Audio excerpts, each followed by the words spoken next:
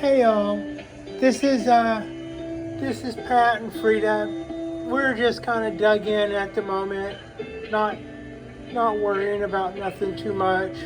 I've had a little case of COVID. It's like, yeah, those are what my positive COVID tests look like. Yay.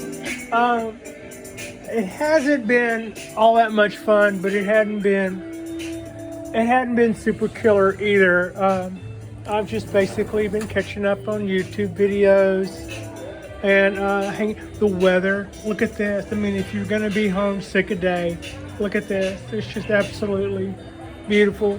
Life is going full tilt. The pool looks like it is absolutely the place to be without me.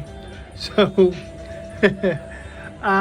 other than that, I'm just gonna give you a little quick look at what's going on here. Everything is flourishing. All of our little projects that we have that we need to be embarking on here in a minute are all moving right on ahead. So I'm gonna look forward to pruning back that guy some and doing a little bit more wiring. And last night I decided to bring in some show hens and watch TV and do a little show hen stuff. Not a lot, mind you. Basically, what I did was I just wanted to do a little quick look and see how this is doing. It seems to be doing okay. I cut back some of the blooms on the bougainvillea. It still has its splash of color, but now the leaves can get light again, which I kind of wanted. You know, I have been really enjoying that color, and it's been really nice to have color to look at while I haven't been feeling good. But yeah, I did that, and I feel better about that. I can still see the tree a lot better now, and it doesn't look to me as quite as bad as like a bonsai tree with giant, huge flowers overtaking it. Also, as promised, it finally got to a point to where I thought I could put some wire on our new little leader there without killing it. So I did that last night. And then this morning I returned all 3 of the little show hens back to the show hen tray. Now, while we're talking about leaders, I've been hanging out at the house, and I told y'all earlier on when it came to the cypress trees and Cypress Saturday that this leader would, which was part of this is original to when I bought the tree, was here when I got it. This is some of the last guy's work, and part of this is mine. So when I got the tree, I think he had just cut these. And they were both on both sides. I chopped one off when I got this leader in its place. I liked its position better. The one that I hoped would do the same for this side did not live, it died. So I waited for 2 years for this one. And at this point, this is going to be the tree. This will be our forever tree. This is, as I've explained before, is going to get the axe, but it is right now developing a lot and robbing some of the other branches of potential resources. So its canopy right in here is fairly dominant. It's cutting out a lot of stuff. So whereas I had said that I was going to keep a lot of this stuff, which is going to help us heal this over, in the end, if this gets as big around as a quarter, right now it's as big around as a nickel. If it gets around as big around as a quarter this very summer, then that's just going to create more work for this to do.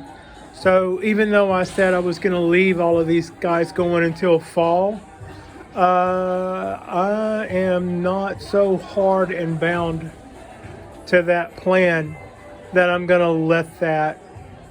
sit there and watch things go out of shape and go, yeah, well, I said I was, I stick to nothing if it doesn't look like it's going to suit or it looks like it's going to distort something. So yeah, to that end, I did a little bit more of the top chop. I just knocked the camera, but I just basically what I did was I chopped this. This branch was way disproportionate, which it didn't matter because it was basically on a sacrifice, but it was robbing light all the way out here. It was flagging off a lot of really good things that were then elongating to try to get out beyond it. So I thought, yeah, what that does, several things. One, that gives me more light to all this stuff, which now won't be stretching out, trying to go beyond the balcony, trying to outrun that one disproportionately too big of a leader. By that leader being a sacrifice branch and me not pruning it back like I was the others, it had carte blanche just to steal all the light. So in a way, that kind of worked. That worked in its favor and against everybody else's favor that I wanted to be developing more. So yeah, that's kind of the way that worked to my way of thinking. I've chopped this back now. All of those oxens are down there with that chop wherever it is. This guy, hail to the new chief. This is the new highest point on this tree. It has inherited its rightful place as our new leader, and hopefully this will begin to take on more and more of the energy. Just think about how clean, that is chopped there, and we've got a little patchwork to do. This was the chop as per this was the cut made by the last guy. When I got the tree, it had this leader and one right across from it over there, and they were both kind of going out like this, and they both had this chop. This is the amount of rollover 1 year later, going on 2 years later. So, and this also was starting to really get kind of like critical mass. The leader that we're not using had almost encompassed this whole area. By the end of the summer, this would have been pretty thick. So as long as it's working to build the same base that this is coming out of, I think we'll be okay. From this part on though, this is our new leader right here, and this is going to be the part of the tree that gets to accept the dominance. Also, as I stated earlier, this is the part of the tree that even as this one heals and fattens and all of that, this will be 1 year behind it. So from this view, this leader, no matter how big it gets, it shouldn't get as fat as the one behind it.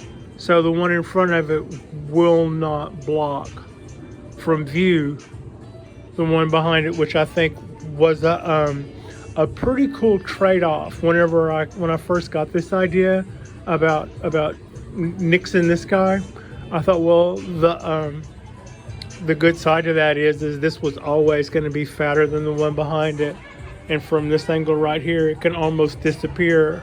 Well, that won't happen when this will be the bigger of the two leaders, and it makes sense that towards the back of the tree. And this has always been a very nice front for me. I've always thought that was a nice front. Anyway, that is just kind of a little thing going on. I had thought that I would probably go through whatever it was I was sick with in just a few days. And even though I had those COVID tests, I wasn't that crazy about taking them because I thought you had to mail them in. Yeah, read the directions, Pat. 15 minutes after I took the test, I knew that I had tested positive for COVID, and I was telling the guys at work that, yeah, Pat's not going to be here.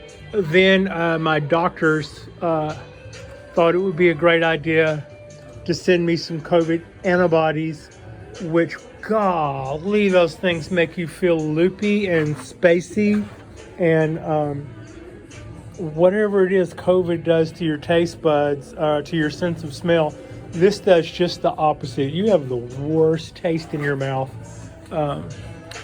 when you go. And these things are horse pills. I have to take 3 of them twice a day, and then they make everything else taste awful. So, and then at night I take 3 of them, and then right after that I don't remember anything. Must be something in the PM version of that. Sleep is always a good medicine. So that's what I've been doing. I've been laying around watching TV with Frida, Queen Frida, and wishing that I could prune stuff, and wishing that I could wire stuff, and wishing that I could be hauling stuff in and out of the house and working on it.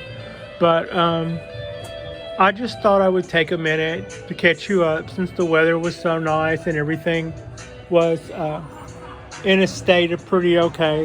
No big real hard lessons here. This will just be our COVID program. This is going to be like 195, 196 as far as our count goes on the program. We're about to be 200. I won't be doing any more of these, I don't think, until I've recovered, unless it takes me like another whole week to recover or something. I don't know if I'm going to be ready by Monday, but I don't think I'm going to be taking, it seems like I'm feeling better. So I'm betting that probably this time next week, or by this time next week, I will have probably been back to the swing for a few days. But, it's not really up to me. It's totally. So, yeah. Thanks for watching. Thanks for looking in on me. Yeah, I'm okay. And, we're doing what we're supposed to be doing. We're laying low and just making sure that we don't expose ourselves to anybody else or give this to anybody else. Like and subscribe if you haven't already. And our next drop will be after I get one of those little cards to say, I don't have COVID. Thank you so much.